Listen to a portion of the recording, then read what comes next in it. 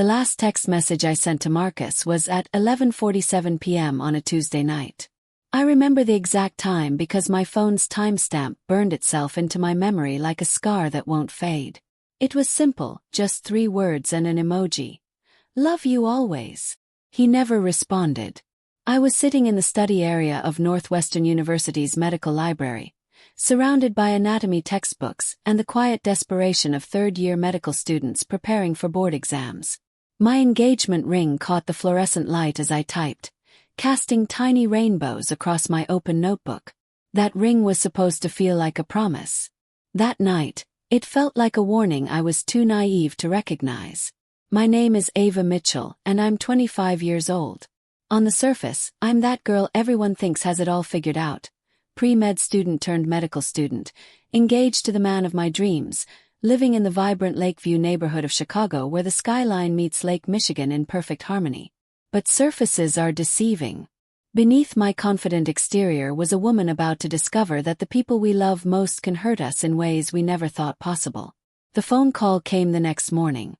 I was in the hospital, not as a patient, but as a third-year medical student doing my clinical rotation in the oncology department at Northwestern Memorial Hospital. I was shadowing Dr. Patel, one of the most respected oncologists in Chicago, learning about cancer treatment protocols and how to deliver devastating diagnoses with compassion. The irony is almost too cruel to articulate now. Ava, you have a call in the office, my supervising nurse said, interrupting my review of a patient's CT scan. Her expression was serious, unusual for her normally cheerful demeanor. It's your fiancé. He says it's urgent. My heart performed that strange stutter it does when something doesn't feel right. Marcus doesn't call during my shifts. We have an agreement about that. He knows how important my rotations are, how every moment matters in my education. In the 3 years we'd been together, he'd only violated this rule once, and that was when he proposed at Navy Pier during our anniversary dinner. I stepped into the small office and closed the door, my white coat suddenly feeling too tight around my shoulders. Hey, what's wrong? I answered, not bothering with hello. Ava. His voice was hollow, like someone had scooped out everything inside him and left only the shell. It's my mom. You need to come to the house. Now. The next 4 hours became a blur of Chicago traffic, hospital corridors I no longer recognized from a medical perspective, but only from a personal one, and the suffocating feeling that my perfectly constructed life was collapsing in real time. When I arrived at the Mitchell family home in the Lincoln Park neighborhood, a sprawling 3-story Victorian mansion that always smelled like fresh flowers and inherited wealth, I found Marcus's mother, Patricia, sitting in the living room like a queen on her throne. She was arranged dramatically on the cream-colored sofa, her platinum blonde hair somehow perfectly styled despite what was supposedly a medical emergency, a silk scarf draped around her neck with the artistic precision of someone who'd spent hours practicing the look. Marcus was pacing. His father, Richard, stood by the window with that expression wealthy men wear when they're uncomfortable but determined to maintain their composure. What happened? I demanded, looking directly at Patricia, though part of me was already asking different questions. The kind of questions I'd learned to regret not asking sooner. The doctors found something, Patricia said softly, her hand delicately placed on her chest, her eyes glistening with precisely calibrated tears. During my routine mammogram. They're calling it aggressive. Stage 3. They're saying. Well, they're not sure I'll see next spring. I felt the room tilt. As a medical student, I knew the statistics. As a daughter-in-law, I felt something crack in my chest. And as a woman about to get married in 3 months, I felt something else entirely. A cold finger of dread tracing down my spine. When? I asked, my medical training taking over, trying to anchor myself to facts and questions I could understand. What stage? Did they do a biopsy? Have you gotten a second opinion? Ava, Marcus said gently, moving toward me. Maybe this isn't the time for. Of course it's the time, Patricia interrupted, her voice suddenly stronger, more theatrical. Ava should understand.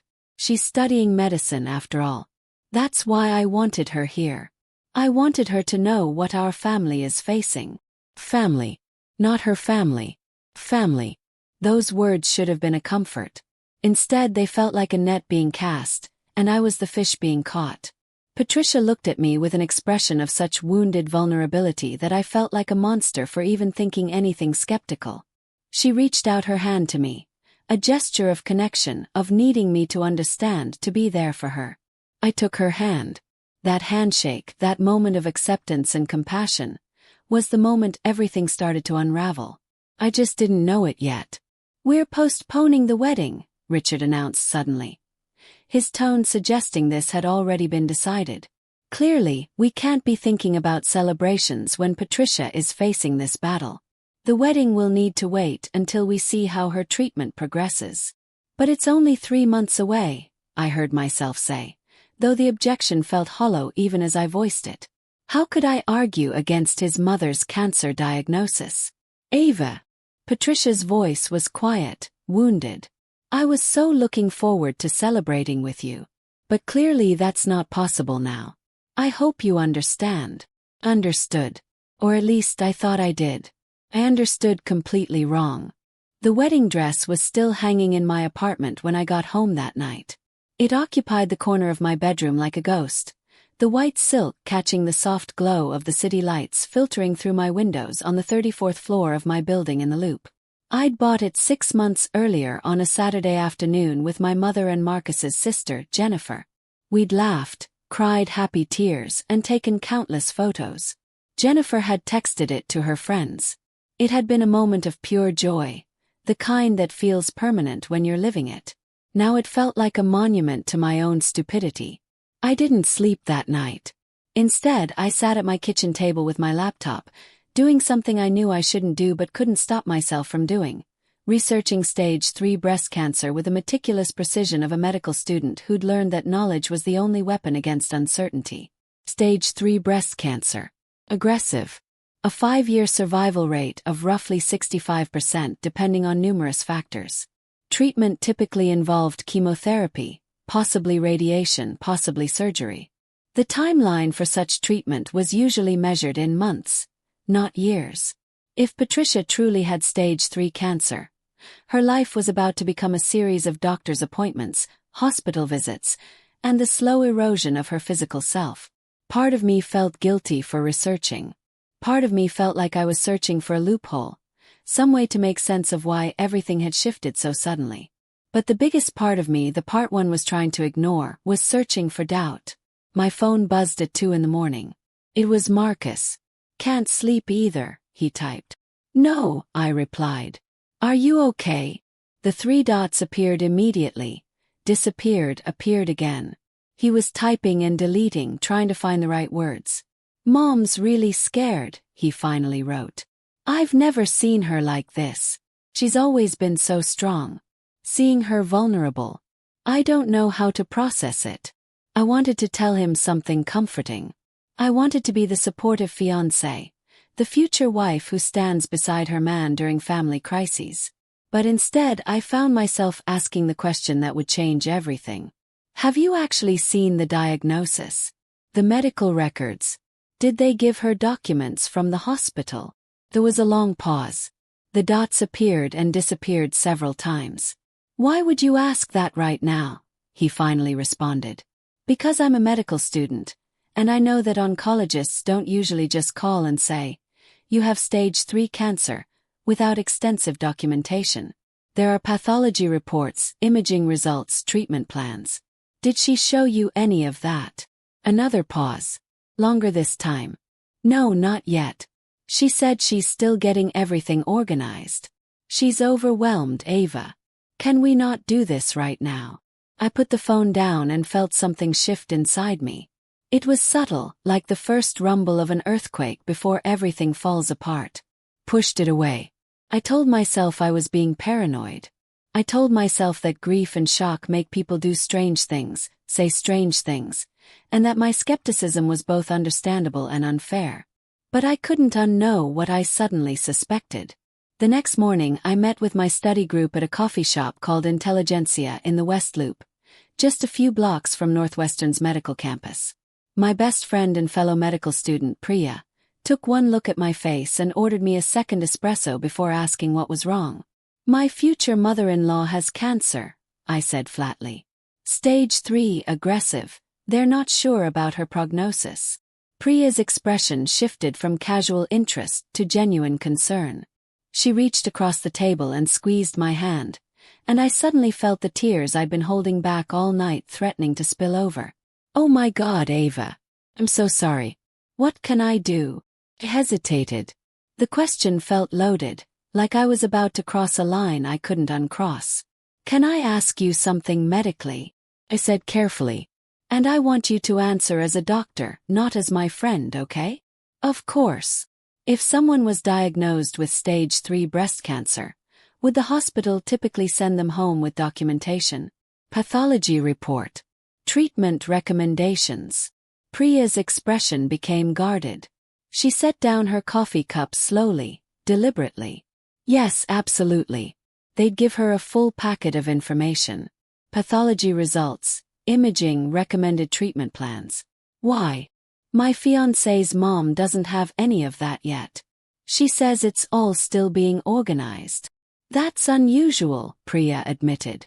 Not impossible, but unusual.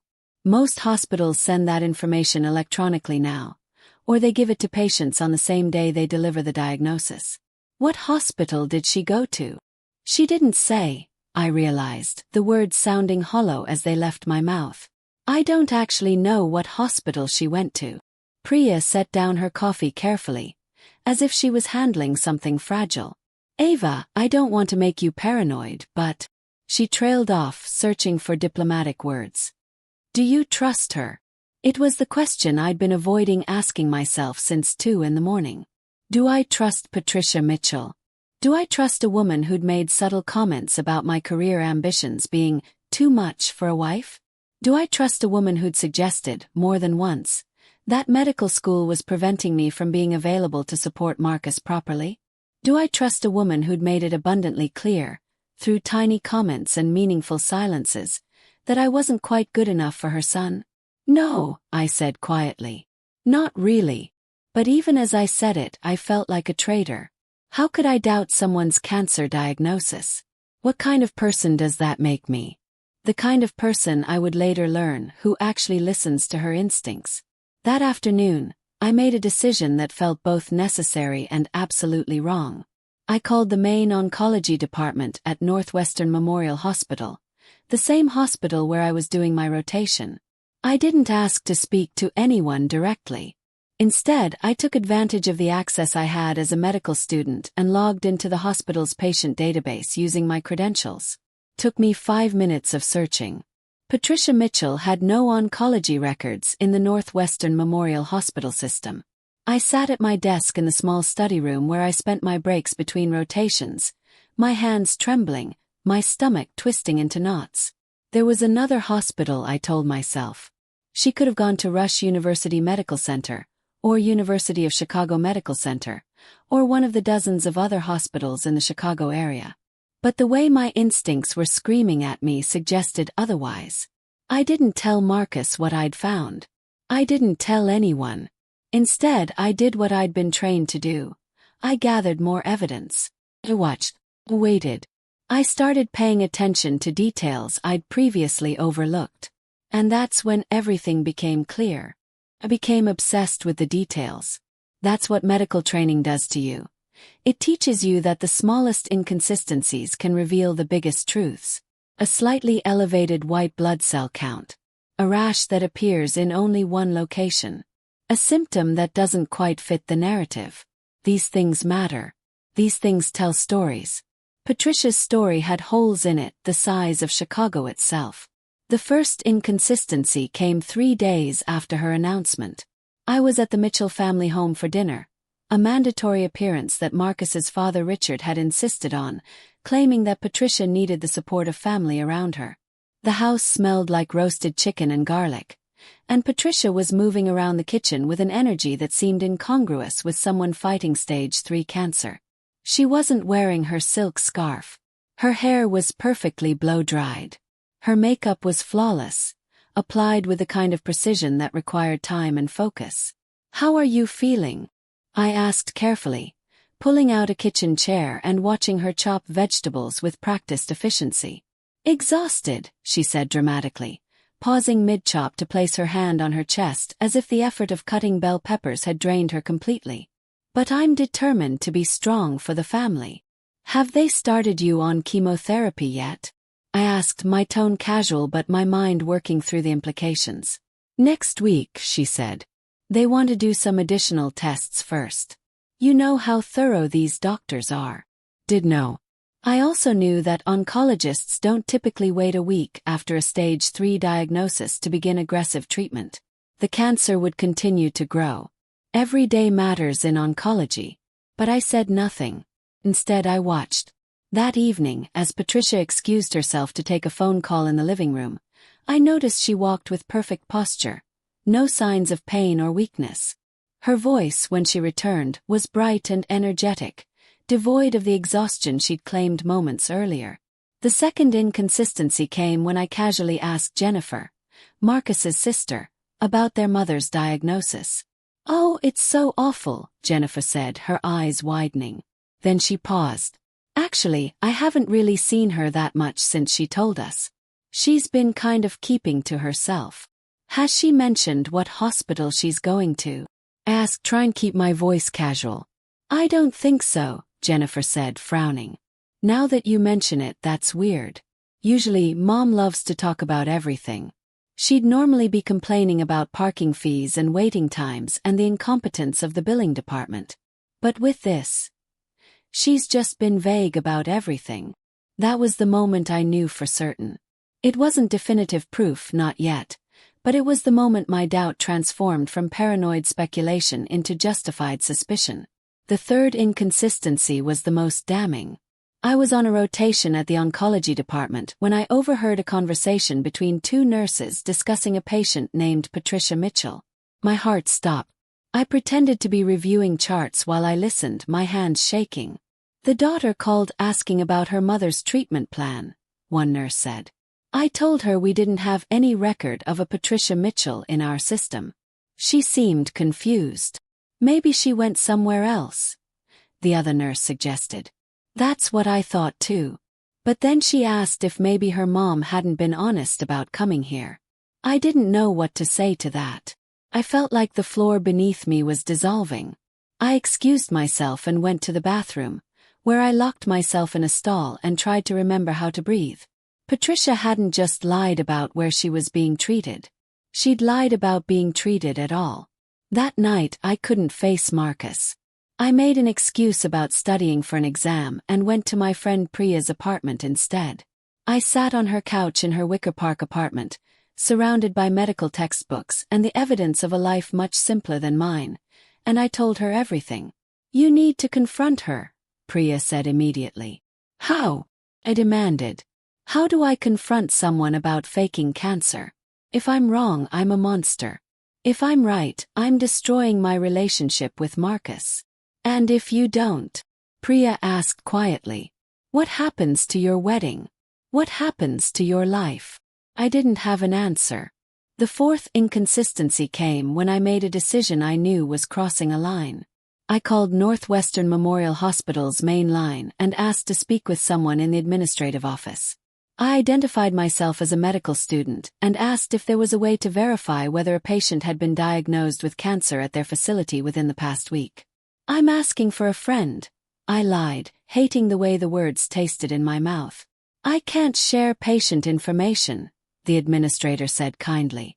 "HIPAA regulations prevent that. But if your friend is the patient themselves, they can request their own medical records." I hung up and felt something break inside me. By day 7, I had gathered enough evidence in my own mind to know the truth. But I still didn't have proof. I had suspicions, inconsistencies, and the absolute certainty that comes from piecing together a puzzle and realizing you're not going to like the picture when it's complete. But before I could do anything with this knowledge, something happened that would force everything into the open. Before I tell you what that was, I want to pause here for a moment and ask you something. If you're listening to this story, I'm curious. Where are you right now? Are you listening during your commute? At work? In your home? Are you in Chicago like me? Or are you somewhere completely different? Drop a comment below and let me know where you're tuning in from. I'm genuinely curious to know who's following Ava's story and where you're all listening from. It creates a real connection between us, and I'd love to see how many cities and countries are hearing about what happened to me. Because what happened next wasn't just about one woman's lie. It was about everything that lie set into motion. It was about the consequences of deception, the price of family loyalty, and what happens when someone you love asks you to choose between them and the truth. That's what I'm going to tell you in the next chapter.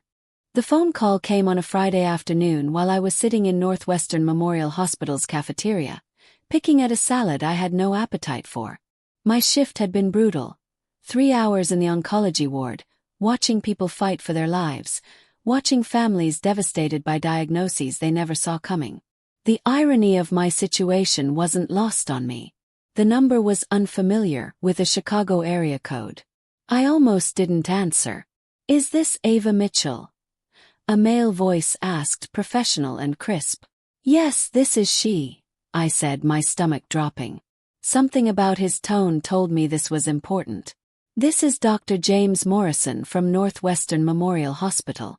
I'm calling because I received a rather unusual request in my office this morning, and I thought it was important to follow up on it personally rather than have it go through administrative channels."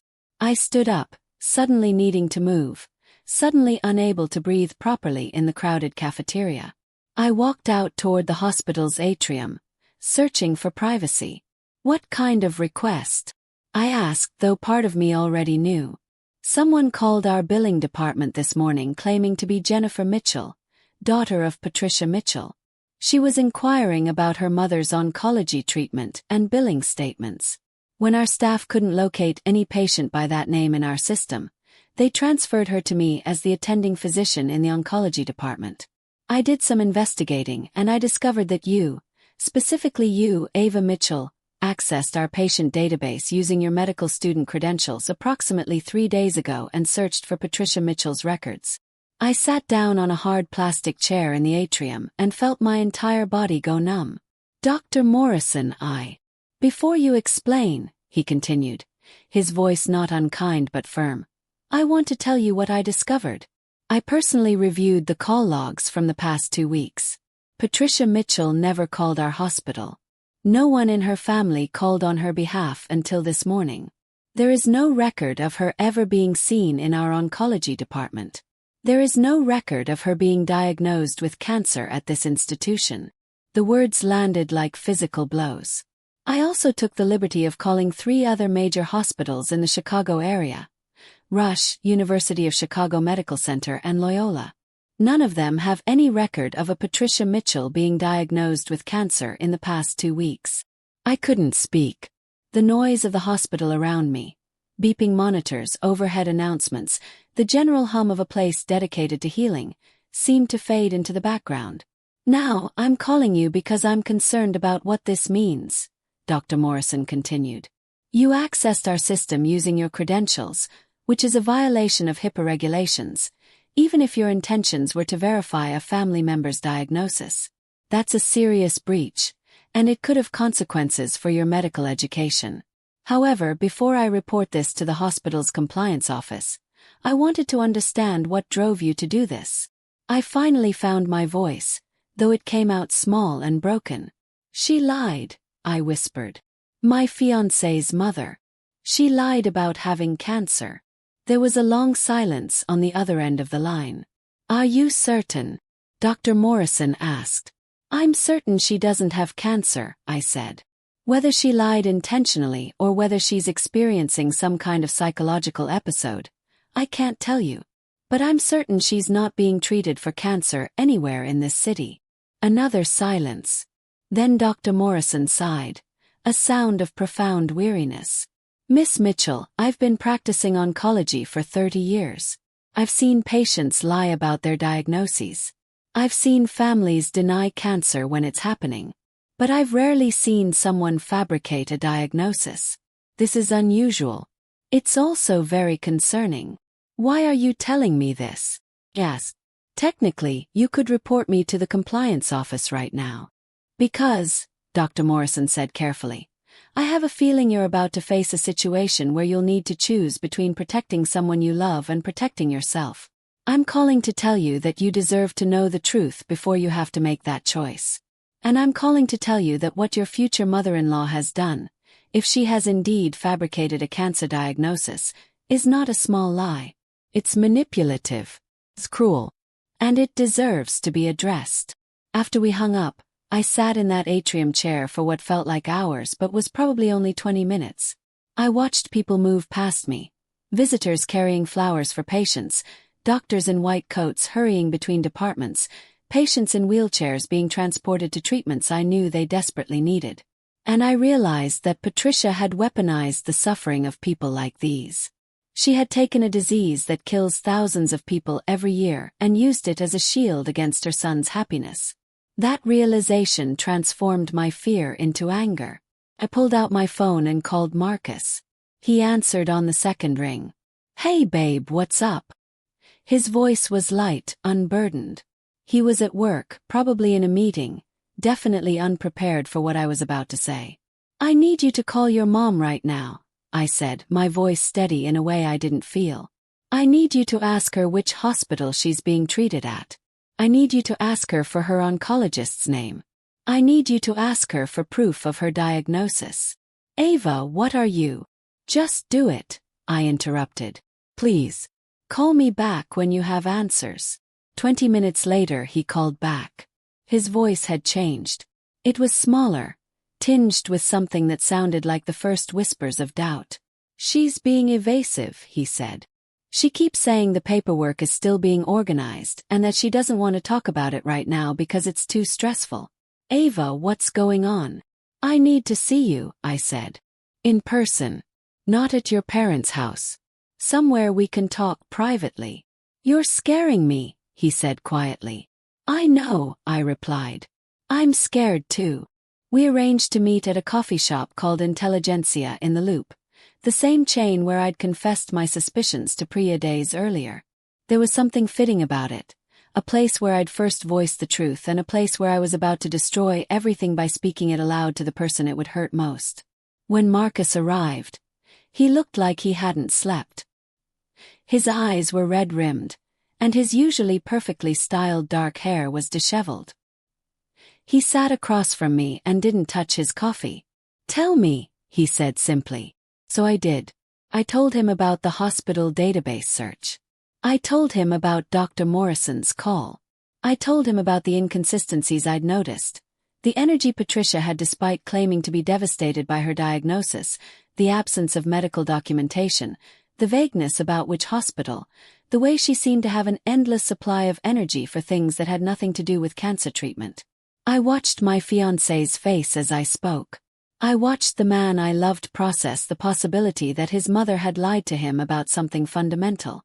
I watched his love for me fight against his love for her and his need to protect both of them. When I finished, Marcus sat in complete silence. He stared at his untouched coffee for so long that I began to wonder if he'd heard me at all. Finally he spoke. "If this is true," he said slowly, "if my mother actually faked cancer to stop our wedding, then I don't know who she is. And I don't know what that makes me for being her son." That was the moment everything changed. That was the moment we both understood that the truth, once spoken, couldn't be unspoken. The cancer was fake. But the damage it had done was terrifyingly real. We didn't plan the confrontation. That's important to understand because what happened next wasn't a carefully orchestrated intervention or a calm family discussion. It was something far more primal, the collision of truth and lies meeting head-on, with no buffer zone between them. Marcus called his mother that evening and told her we were coming to the house. He didn't explain why. He didn't give her time to prepare her story or arrange her appearance. He just said, "We need to talk. Now." The Mitchell family home looked different to me that night. The Victorian architecture that had always seemed elegant now looked imposing, like a fortress designed to keep secrets contained. The autumn air coming off Lake Michigan was cold, and I pulled my jacket tighter around myself as we stood on the front steps. Richard answered the door, his expression confused.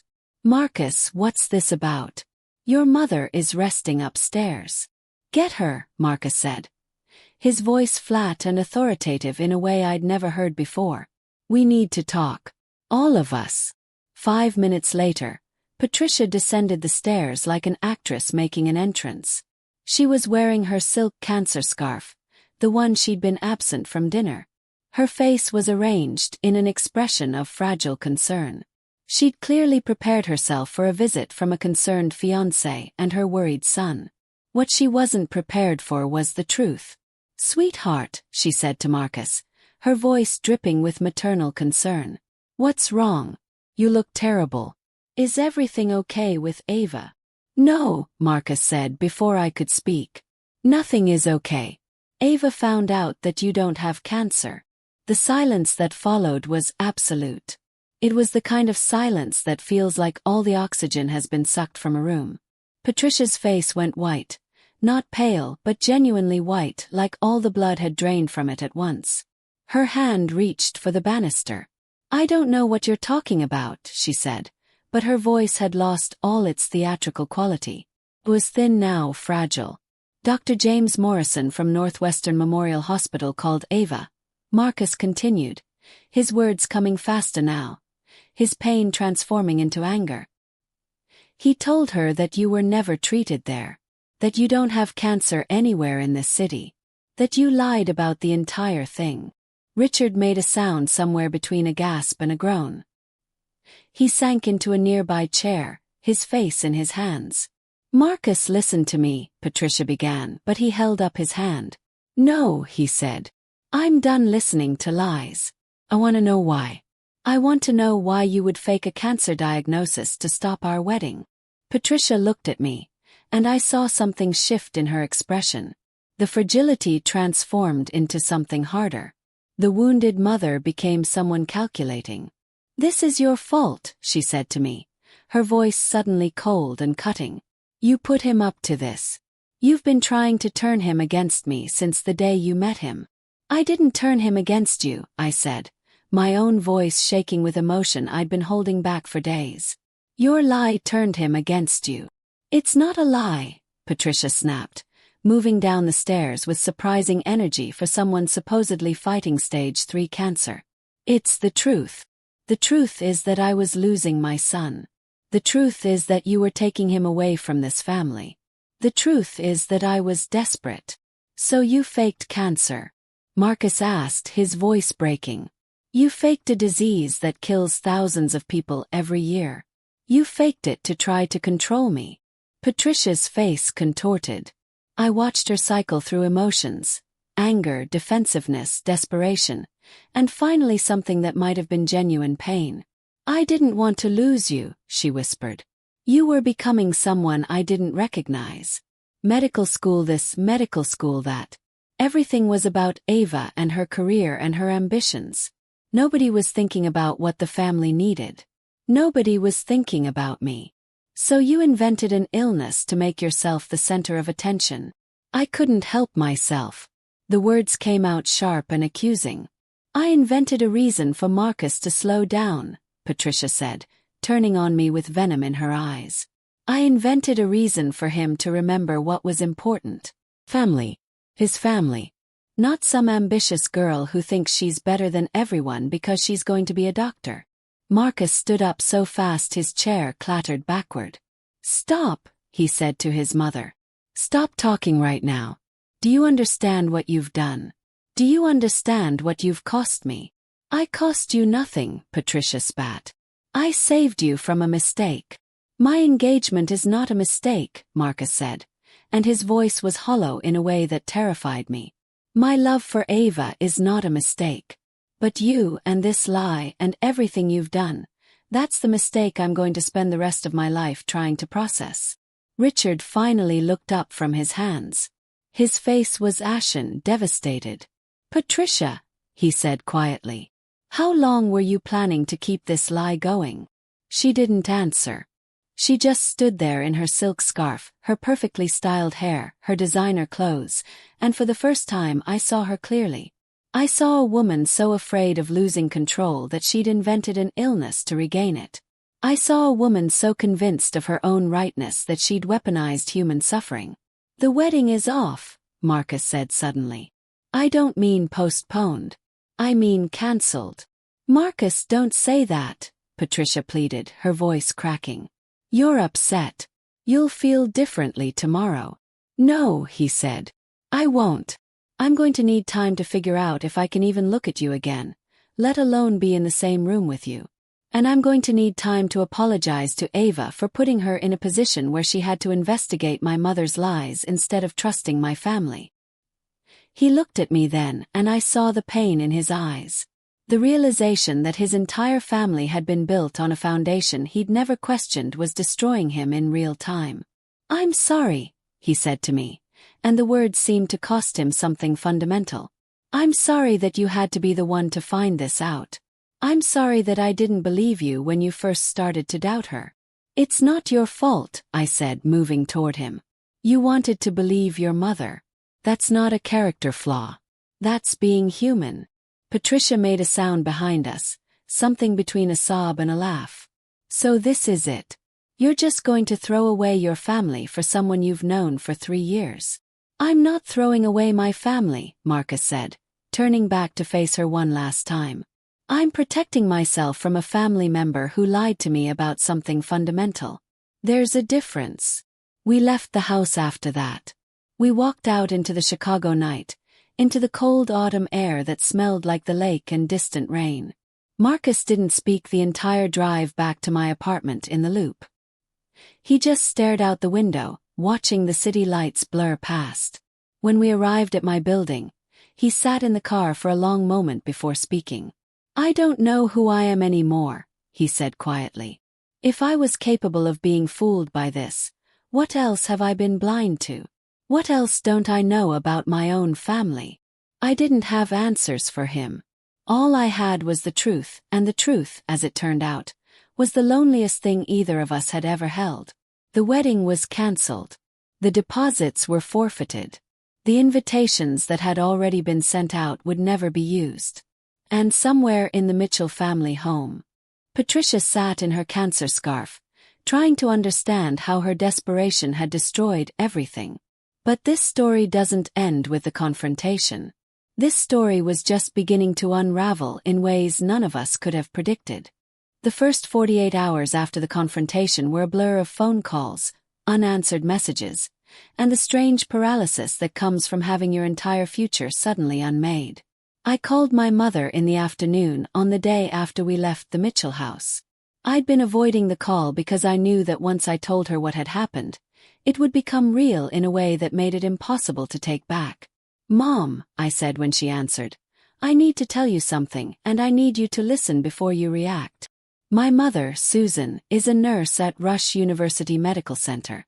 She spent 30 years in healthcare, which means she understands deception and desperation in ways most people don't. She understood immediately why Patricia had done what she'd done, even as she was horrified by it.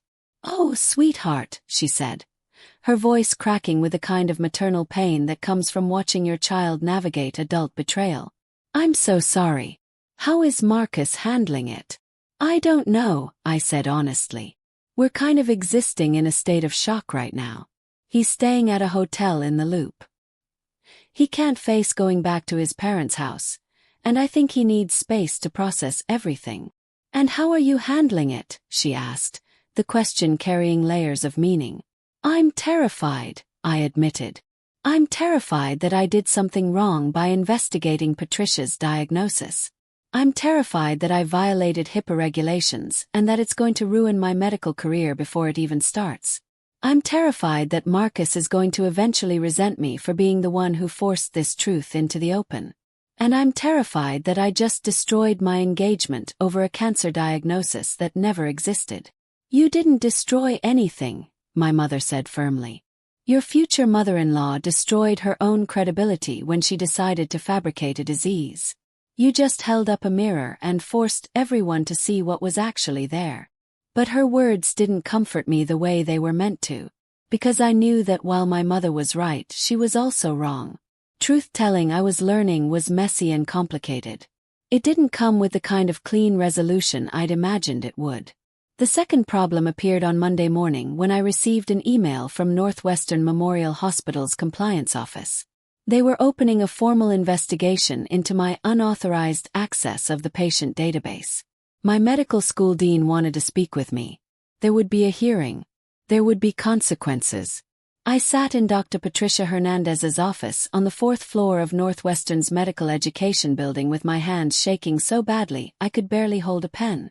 Dr. Hernandez was the Associate Dean of Student Affairs, a woman with kind eyes and the exhausted expression of someone who'd spent decades dealing with student crises. "Ava, I want to understand what happened," she said, sliding a printed copy of the compliance report across her desk. "You accessed a patient database using your credentials to search for information about a family member.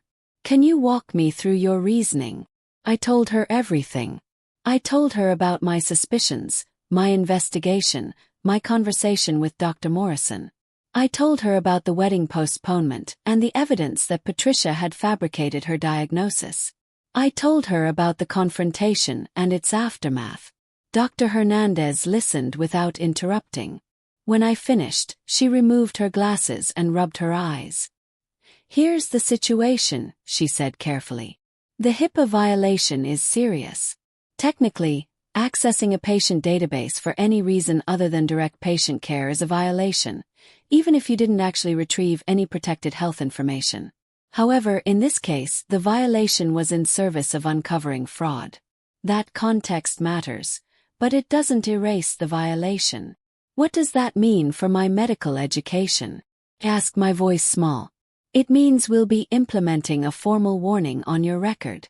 It means you'll need to complete additional training on HIPAA compliance and medical ethics. And it means that if you commit another violation, the consequences will be significantly more severe," she said. "But it doesn't mean the end of your medical career. Ava, you made a choice that violated protocol in order to protect yourself and your family from manipulation. That shows questionable judgment in the moment, but it also shows integrity. The question is whether you've learned from this." "I have," I said, and I meant it. "I would never do it again." "Good," Dr. Hernandez said. "Because the next time you suspect something is wrong, you go through proper channels. You talk to your attending physician. You request that a patient verify their own information through official hospital processes. You don't take matters into your own hands, no matter how justified it feels at the moment." "Understood." "Understood," I said. By Tuesday, the news had spread through my social circle like wildfire. The wedding cancellation became a topic of speculation and gossip. People who barely knew Marcus and me suddenly had opinions about what had happened. Some blamed Patricia for being manipulative. Some blamed Marcus for not standing by his family. Some, and this was the hardest part, blamed me for making up stories or being too ambitious, or not understanding a mother's love for her son. Jennifer, Marcus's sister, called me on Wednesday. Her voice was quiet, apologetic. "I wanted to tell you that I believe you," she said. "I wanted to tell you that I've been thinking about everything, and I realize now that Mom's behavior has been like this for years. The manipulation, the drama, the way she uses emotions as weapons. I just didn't want to see it until you forced me to." "How is she?" I asked, surprising myself with a question. "She's having some kind of breakdown," Jennifer said. "She won't leave her room. She's claiming that everyone is against her, that you turned us all against her. Dad is barely speaking to her. And Marcus is completely shutting her out." "I'm sorry," I said. "Don't be," Jennifer said. "She did this to herself. I'm just sorry that you got caught in the middle of it." Marcus and I finally met in person on Thursday evening. We sat in my apartment, surrounded by the remnants of a life we'd been planning together. Sketches of wedding reception designs, fabric samples for my bridal gown, the guest list that was now obsolete. The engagement ring felt heavy on my finger, a symbol of a future that no longer existed. "I can't marry you," he said, and the words hit me like a physical blow. "I know," I whispered, even though hearing him say it aloud was devastating. "Not because I don't love you," he continued, his eyes wet with tears. "I love you more than I thought it was possible to love someone. But I can't marry you right now because I can't trust my own judgment. I couldn't see my mother's lies. I couldn't see how she was manipulating me. How can I promise to build a life with you when I'm this broken? You're not broken, I said. Richard Mitchell called me on a Tuesday night, 3 weeks after Marcus had returned my engagement ring and walked out of my apartment. I almost didn't answer. The name Richard Mitchell appearing on my phone screen filled me with dread, with the fear that this conversation would somehow make everything worse. But I answered anyway. "Ava," he said, and his voice was different from how I'd ever heard it before. There was no trace of the confident, wealthy businessman who usually dominated family gatherings. Instead, he sounded tired and defeated. "I need to see you." "Not at the house." "Somewhere neutral."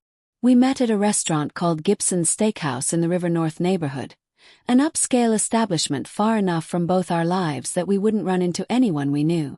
Richard was already seated when I arrived, nursing a scotch with the kind of focus people have when they're trying very hard not to fall apart. "Thank you for coming," he said, gesturing for me to sit down. "I wasn't sure I should," I said honestly. "I'm not sure what we have to talk about." "My wife," Richard said simply. "I want to tell you some things that you need to know. Things that will help you understand what happened, even if they don't excuse it." For the next 2 hours, Richard Morrison, a man I'd known as Marcus's father but never really known at all, told me the story of Patricia's life that she'd never shared with anyone in the family. Patricia hadn't always been the controlling, manipulative woman I'd come to know. According to Richard, she'd spent her 20s working as an art curator in New York. She'd been independent, creative, confident. She'd been genuinely happy. Then she'd met Richard at a gallery opening, and they'd fallen in love with the kind of intensity that feels like it will last forever. When she got pregnant with Marcus, something changed, Richard said, staring into his scotch. She became obsessed with the idea of being a perfect mother. She read every parenting book. She attended every class. She made every decision about his life with this intensity that was both beautiful and terrifying. As Marcus grew up, Patricia's need to control his life had intensified rather than diminished. She'd managed his friendships, his activities, his academic choices. She'd created a world where Marcus depended on her approval for every decision. Then Jennifer was born, and Patricia became even more controlling, Richard continued. And by the time Marcus was a teenager, I realized that my wife had lost herself entirely in the role of being his mother. She had no identity outside of him. No hobbies. No friends of her own. Nothing. She'd become completely dependent on his emotional reliance on her. "That's called emotional enmeshment," I said, my medical training kicking in. "It's unhealthy for both of them." "I know," Richard said. "I tried to talk to her about it. Multiple times. I suggested therapy. She refused.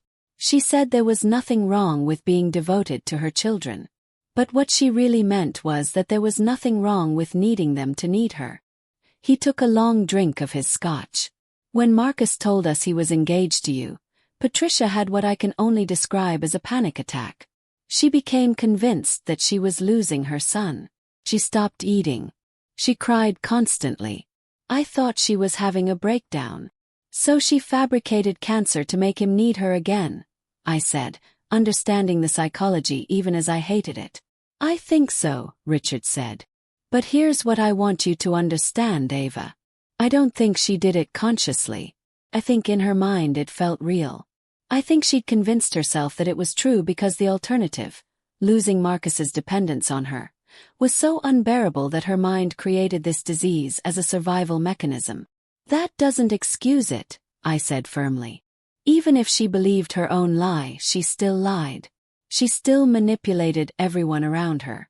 She still tried to destroy my relationship with Marcus." "I know," Richard said. "But understanding the why might help you understand that this wasn't about you. It was never about you. You were just the catalyst for Patricia's deeper fears." He leaned forward, his eyes intense. "I'm telling you this because I want you to know that none of what happened was your fault. And I'm telling you this because I need you to know that my wife is getting professional help. She started therapy. She started taking medication for anxiety and depression. She's slowly beginning to understand how her behavior has hurt everyone around her, especially Marcus. Has she reached out to Marcus? Yes. She's tried, Richard said. He won't take her calls. He's not ready to forgive her. I don't know if he ever will be. What about you? Yes. Have you forgiven her? Richard was quiet for a long time. I'm working on it, he finally said. Because I love her and I understand that her actions came from a place of psychological pain. But forgiveness doesn't mean forgetting, and it doesn't mean we're going back to how things were before. Things have changed fundamentally. My relationship with my wife will never be the same. After we finished dinner, Richard walked me to my car. As I was about to leave, he said something that would haunt me for weeks. I want you to know that Marcus loves you, he said. Whatever he decides to do about the engagement, about your relationship, I want you to understand that his hesitation has nothing to do with doubting you. It has everything to do with him questioning whether he's capable of being healthy in a relationship, given the example his mother set for him. That's not fair to either of us, I said. No, Richard agreed. It's not. But fairness has nothing to do with healing. After he drove away, I sat in my car in the parking lot of Gibson's Steakhouse and thought about what I'd learned. Patricia Mitchell wasn't a villain in a simple story. She was a woman who'd lost herself in her role as a mother, who'd used manipulation as a survival mechanism, who'd fabricated a disease because the thought of losing her son was psychologically unbearable. It didn't excuse her lie, but it complicated it in ways that made it harder to hate her. I called my mother that night and told her everything Richard had told me. She listened patiently, then said something that made me cry harder than I had since Marcus left. Sweetheart, understanding someone's trauma doesn't mean you have to accept their behavior. You can have compassion for Patricia's pain while still holding her accountable for her actions. These things aren't mutually exclusive. Over the next week, I found myself doing something unexpected. I began to feel less angry at Patricia and more curious about her. I wanted to understand how a woman could lose herself so completely in her role as a mother. I wanted to understand what it felt like to be so afraid of abandonment that you'd fabricate a terminal illness. And somewhere in that understanding, I began to see a pathway toward something that might not be forgiveness, but could become acceptance. What I didn't expect was what would happen next. What I didn't expect was the way this story would twist again, revealing layers of deception that went far deeper than anyone had imagined. But that revelation would have to wait. Because before I could face what was coming, I first had to face the one person I'd been avoiding since the confrontation, Patricia herself. The text message came on a Friday morning, 2 days before Halloween. I was between rotations at the hospital, sitting in the break room with a terrible cup of coffee and my anatomy notes spread across the table in front of me. Ava, it's Patricia. I know you probably don't want to hear from me, but I need to see you. Please. Just 15 minutes. You can choose the place. Somewhere public if that makes you feel safer. I'm asking as someone who has no right to ask anything of you. I stared at the message for a long time. My first instinct was to delete it and block her number.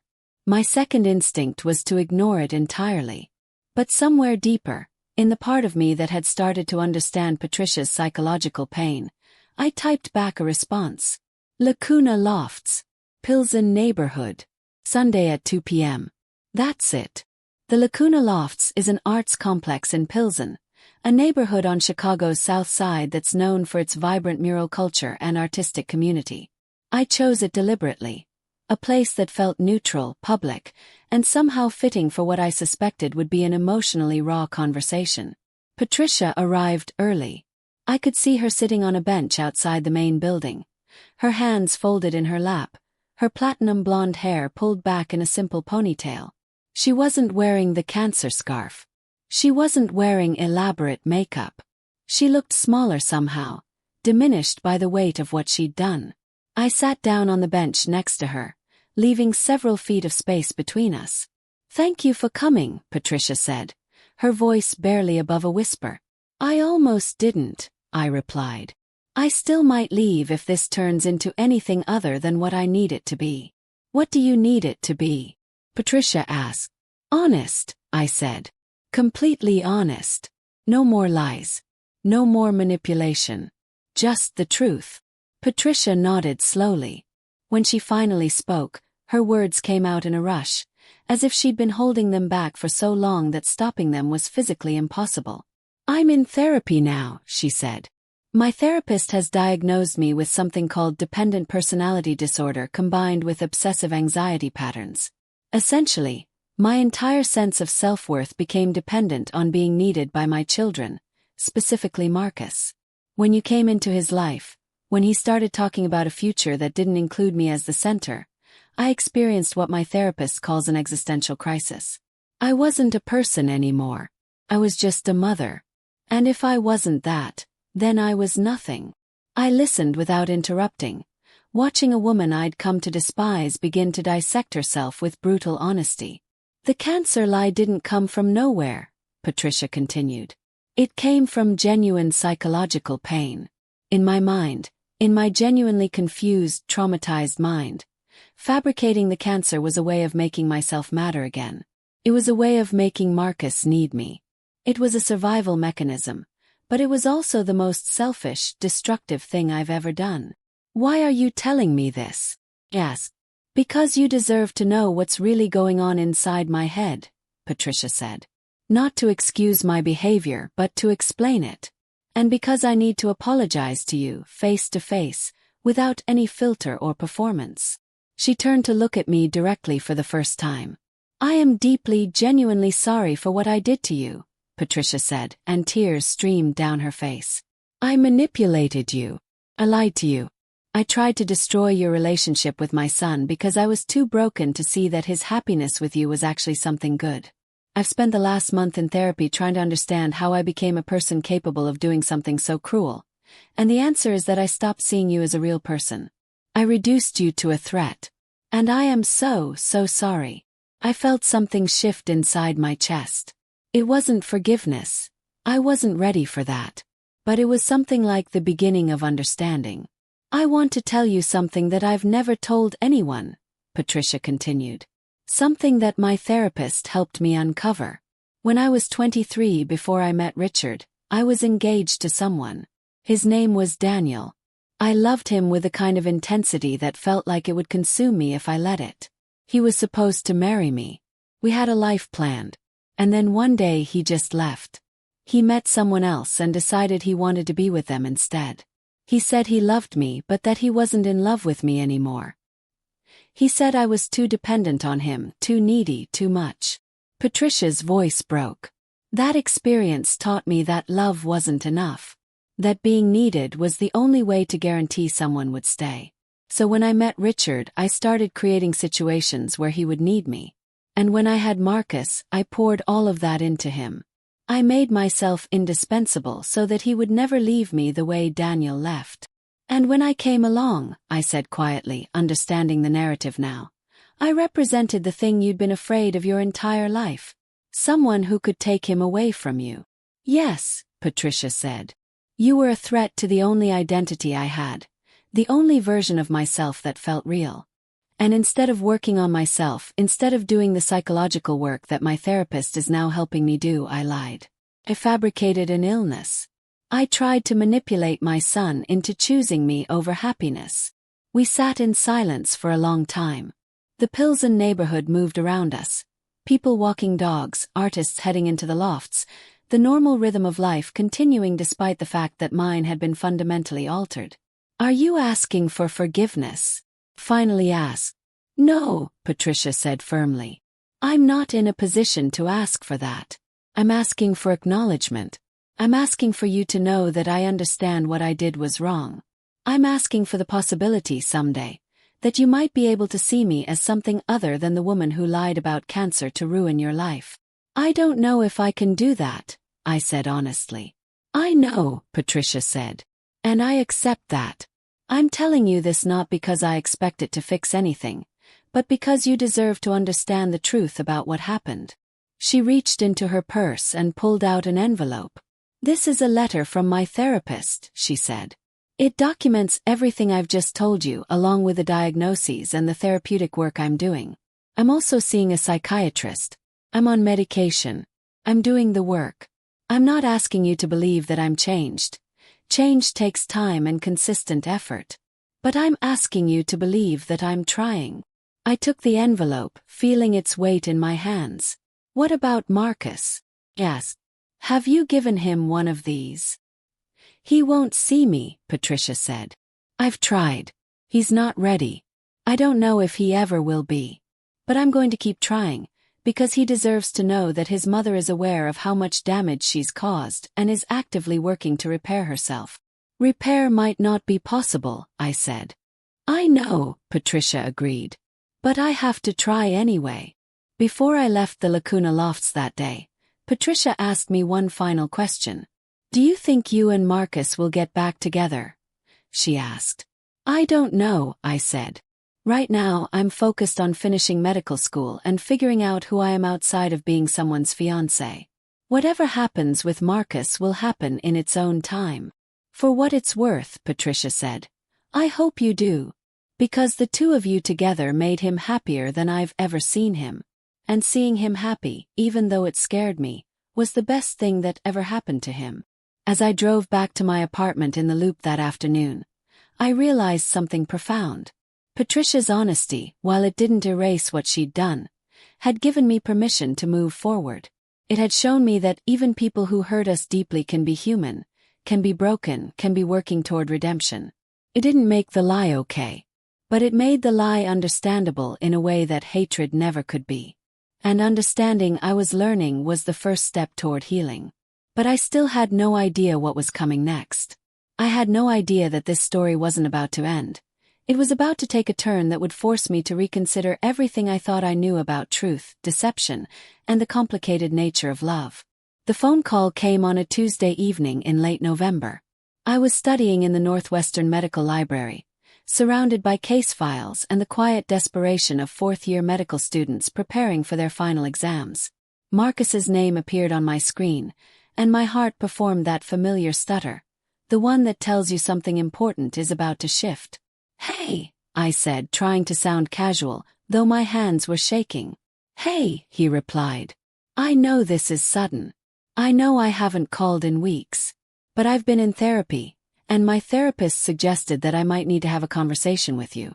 Are you somewhere you can talk? I gathered my things and moved outside to the cold Chicago evening. The November wind coming off Lake Michigan was biting, the kind of cold that makes you feel alive and wounded at the same time. I'm listening, I said. I've been working through a lot, Marcus began, his voice careful and measured. My therapist, Dr. Williams, has been helping me understand how my mother's behavior patterns affected my own sense of self-worth and my ability to trust my own judgment. And one of the things she pointed out is that I've been blaming myself for not seeing through my mother's lie, when in reality, I was conditioned from childhood to accept her emotional needs as my responsibility. Okay, I said, unsure where this was going. What that means, Marcus continued, is that I wasn't capable of seeing through her lie because she'd spent my entire life teaching me that my role was to take care of her emotional well-being. It's not a character flaw. It's a trauma response. Marcus, I don't blame you for. I know you don't, he interrupted gently. That's part of why I've been so angry with myself. Because you've been nothing but understanding and compassionate. And I've been punishing both of us by pulling away. Dr. Williams has been helping me see that I was using my need for self-examination as an excuse to avoid having to make a decision about us. I found myself walking toward the lake, toward the edge where the city met the water. What kind of decision? I asked quietly. About whether I still want to marry you, Marcus said. And the answer, after weeks of therapy and a lot of painful self-reflection, is yes. I absolutely still want to marry you. But I need you to understand that it will be different now. I need to be honest with you about the fact that I'm probably going to be in therapy for years, working through the patterns my mother instilled in me. I need you to know that sometimes I'm going to be triggered by things that seem completely unrelated, and I'm going to need your patience while I work through those triggers. Marcus, I'm not finished, he said softly. I also need to tell you something else. After I heard what my father told you about my mother's past, I did some investigating of my own. I contacted Daniel. I stopped walking. You did what? I found Daniel, Marcus continued. The man my mother was engaged to before she met my father. He's living in San Francisco now. I called him and asked him about his relationship with my mother. And Ava, what he told me was heartbreaking. What did he say? Yes. He said that my mother was one of the most emotionally draining people he'd ever known, Marcus said. He said that she needed constant reassurance, constant proof that he loved her. He said that being with her felt like drowning in someone else's emotional need. He said that when he left, she threatened suicide. She said she couldn't live without him. And when he stayed firm in his decision, she disappeared from his life completely. Oh my God, I whispered. That's when I realized something, Marcus said. My mother has been repeating a pattern her entire life. She creates dependency because she's terrified of abandonment. And when that dependency isn't enough, when the person she's dependent on tries to develop their own life, she escalates. With Daniel, she threatened suicide.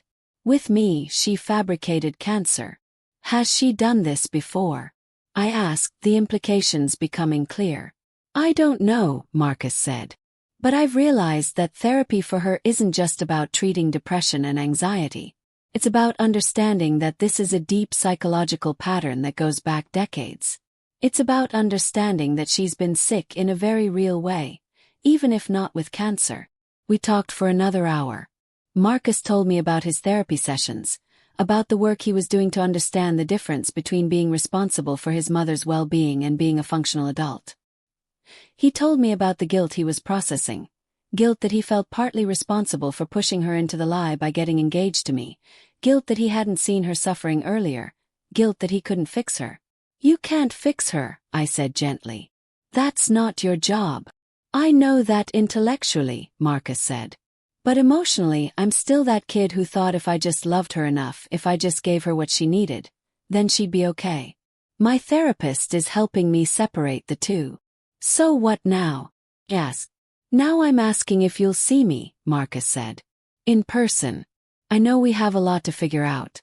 I know that canceling a wedding and getting back together isn't simple. But I think I'm ready to try again if you are. We arranged to meet the next evening at a restaurant called Alinea in the West Loop. Not because we were celebrating, but because we needed neutral ground where we could have an honest conversation about rebuilding what had been broken. When I saw Marcus walk into the restaurant the next evening, I was struck by how different he looked. Not physically. He was still the same person I'd fallen in love with. But there was something in his bearing that had changed. He carried himself with less certainty but more authenticity.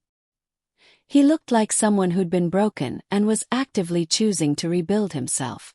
Hi, he said, sitting down across from me. Hi, I replied. We didn't jump into the heavy conversation immediately. Instead, we talked about school, about work, about the ordinary details of our lives that had continued regardless of the chaos happening around us. It was comforting in a strange way, the reminder that life doesn't stop for heartbreak. But eventually, Marcus reached across the table and took my hand. I can't promise that this will be easy, he said. I can't promise that I won't have days where I'm dealing with abandonment fears or codependency patterns or whatever else my therapist uncovers.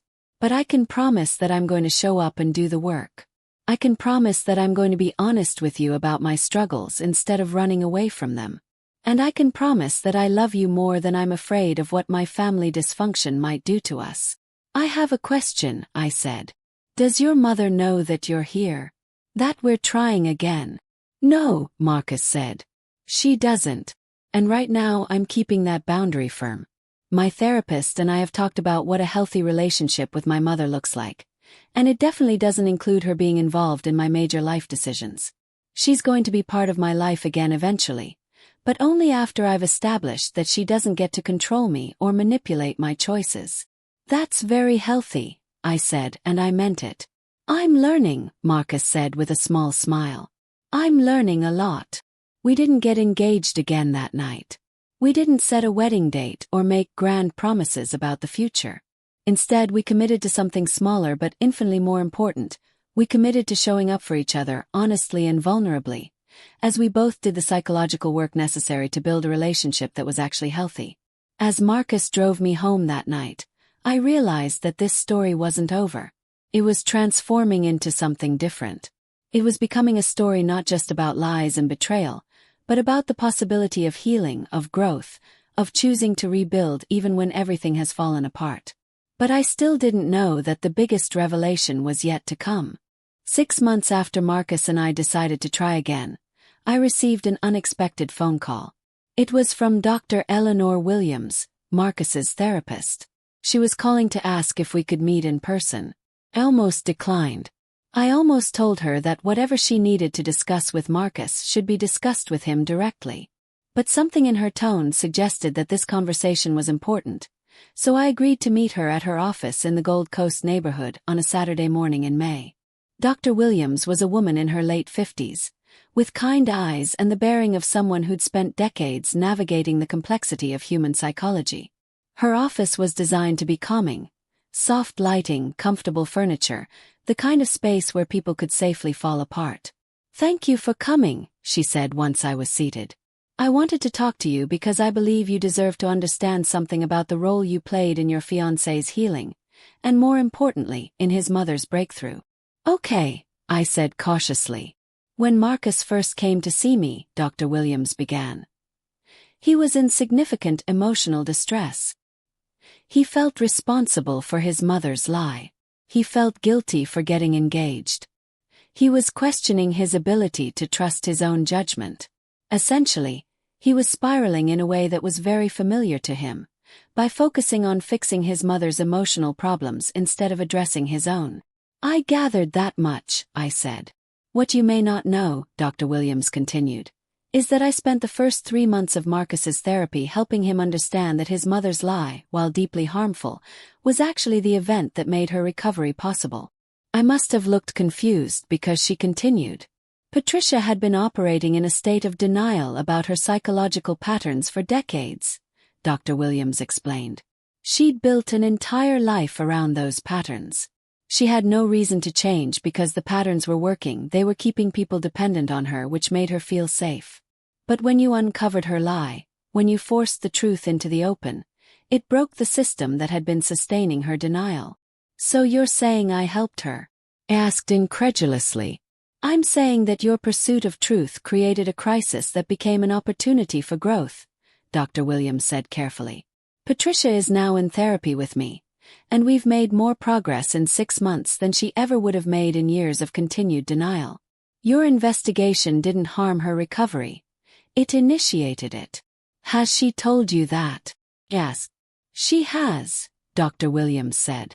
"And she wanted me to give you something." Dr. Williams handed me a sealed envelope with my name on it in Patricia's handwriting. "She asked me to deliver this only after you'd been separated from Marcus for long enough to make your own decision about your future together. Since you're now rebuilding your relationship, I think the time is right." I opened the envelope with shaking hands.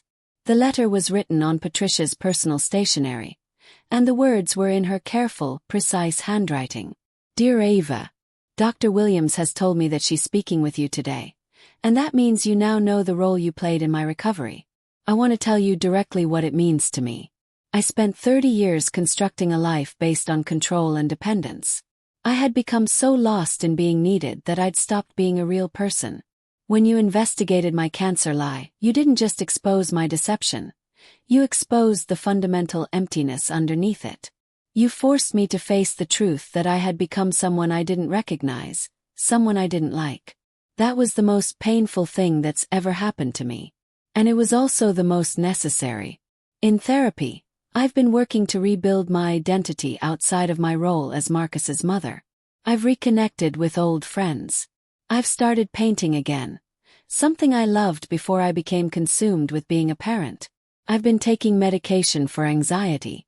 I've been doing the psychological work that I should have started years ago.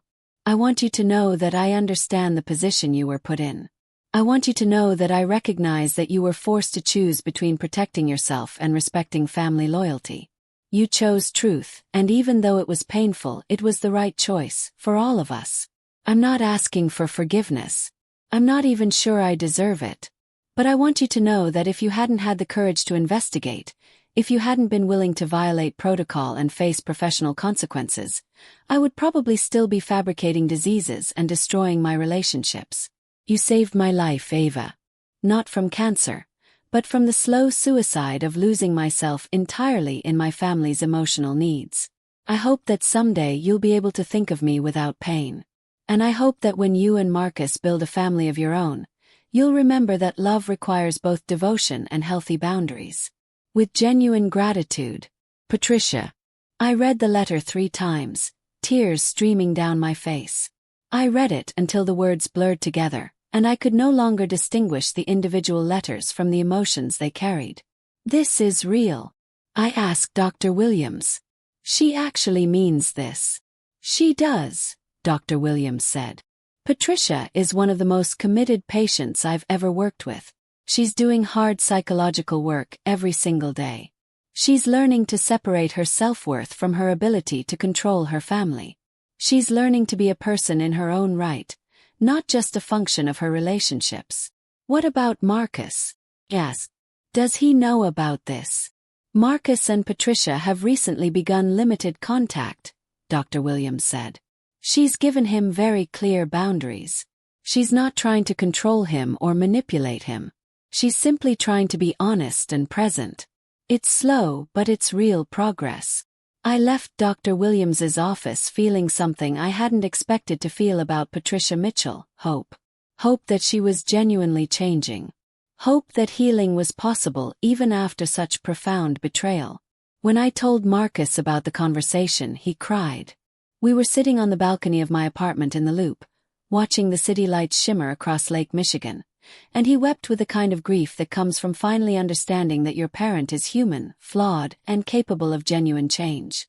I don't know if I can forgive her yet, Marcus said. But I think I might be able to understand her.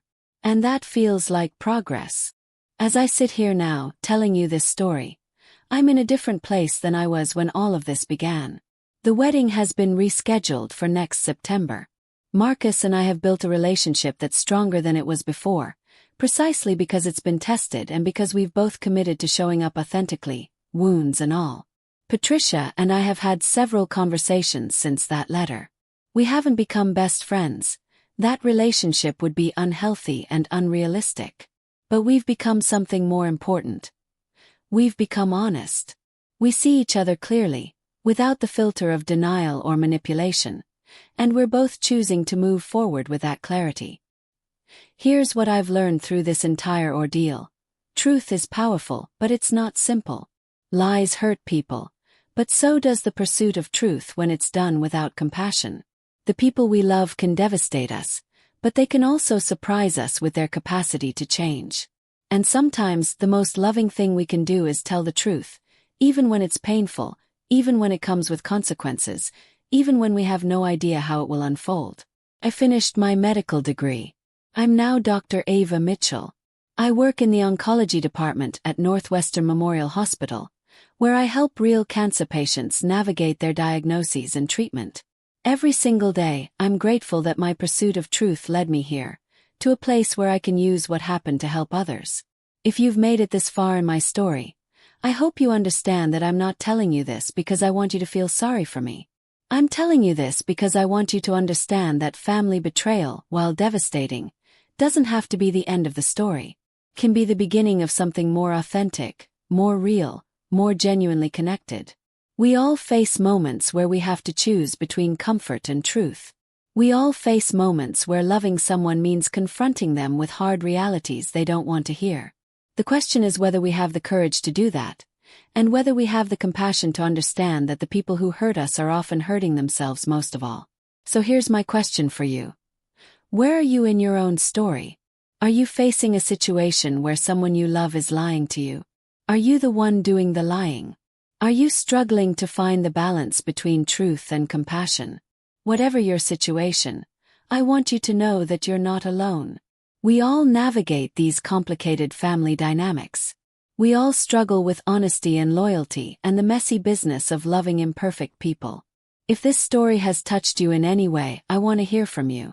Drop a comment below and tell me. Have you ever had to choose between protecting someone you love and telling the truth? How did you navigate that choice? What did you learn from it? Let's create a community where we can support each other through these incredibly human experiences. And if you found this story meaningful, please subscribe to this channel and hit the notification bell. Your subscription means everything to me because it tells me that stories like mine, stories about family, betrayal, healing, and growth, matter to people. Your support helps me continue sharing these deeply personal narratives that can make a real difference in someone's life. Because that's what we need more of right now. Honesty, vulnerability, stories that show that healing is possible, that growth is possible, that even the most broken families can learn to be real with each other. Thank you for listening to my story. Thank you for caring enough to follow Ava's journey from the beginning to the end. And thank you for being part of this community of people brave enough to acknowledge that life is complicated, people are flawed, and love requires both truth and compassion. I'll see you in the next video.